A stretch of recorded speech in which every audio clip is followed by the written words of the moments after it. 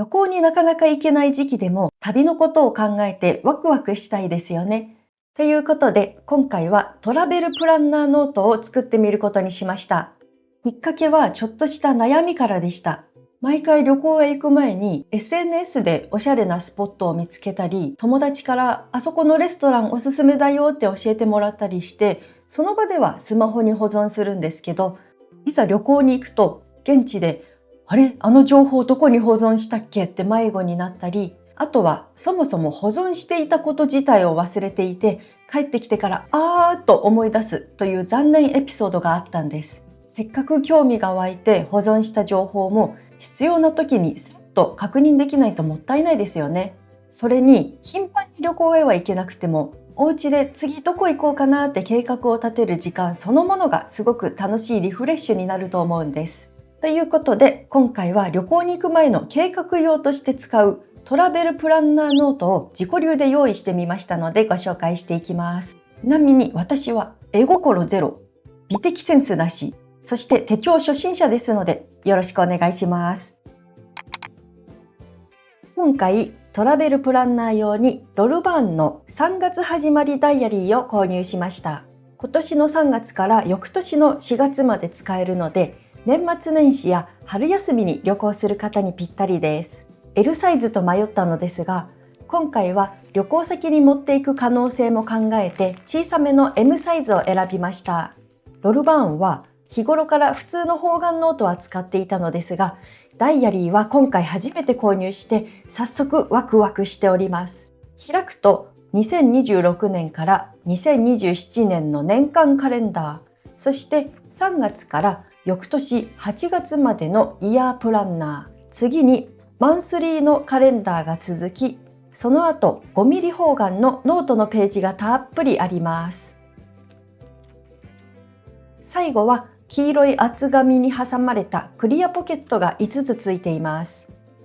そして手帳と一緒にペンも買いました。手帳初心者で絶対に色々と修正したくなると思ったので、こすって消せるフリクションのシナジーノックというシリーズのボールペンと同じくフリクションのラインマーカーを購入しました。このノートに2026年の旅行の計画を綴っていきたいと思います。はじめに書き始めたのはイヤリープランナーです。といってもこのページは何かを書き足すのではなく、まず仕事が休みの日を赤いマーカーで塗っていきました。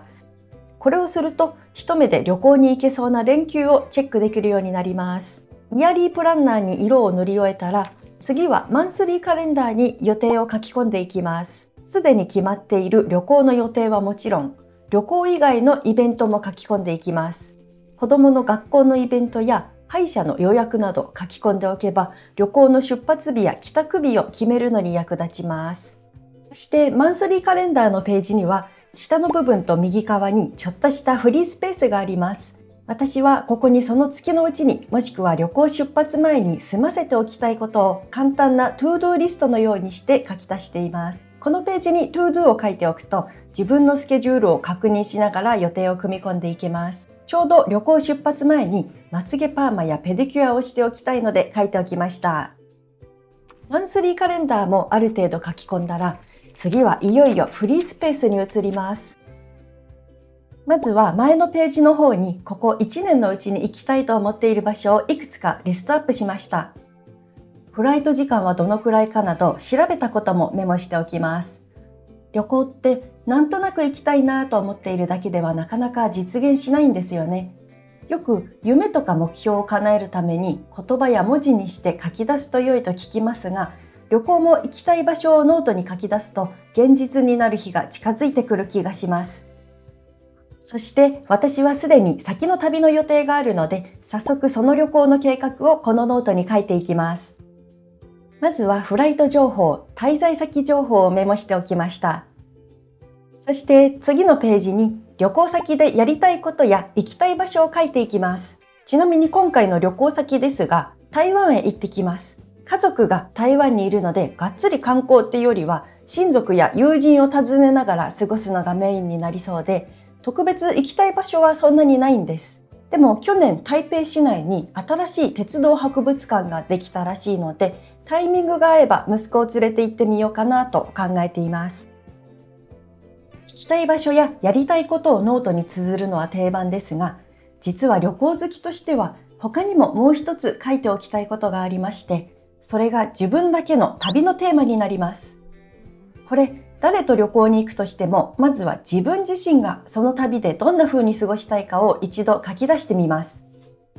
例えば、スマホから離れてデジタルデトックスするとか、とにかく食べ歩きして新しい味に出会うとか、抽象的な小さなテーマで大丈夫です。このテーマがあるだけで旅の満足度が変わります。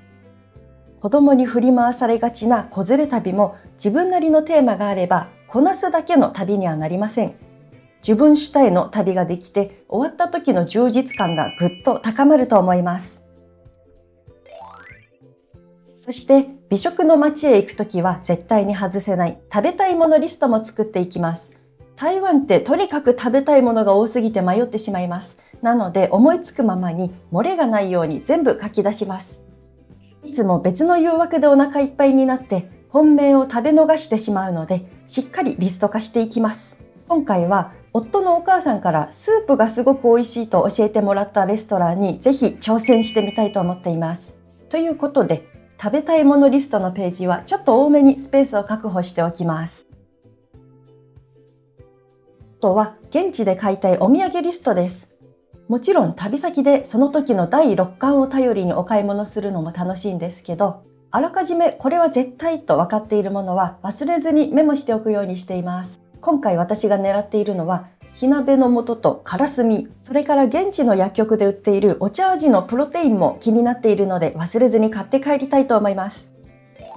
出発前のパッキングリスト作成、これも忘れずに行っていきます。これまではメモアプリやその辺の紙に思いついた順にダーッと書き殴っていたんですが、今回はせっかくお気に入りのノートに書くので、カテゴリー別にページを分けて書いてみようと思います。衣類やガジェット、子供の荷物などカテゴリー別にざっくり分けます。あとは当日の朝に入れる忘れやすいもの専用のページも作って忘れ物ゼロを目指します。というのも前回のタイ旅行でワイズカードを忘れてしまって現地で現金難民になりかけたので、今回は一番上に大きくメモしておきました。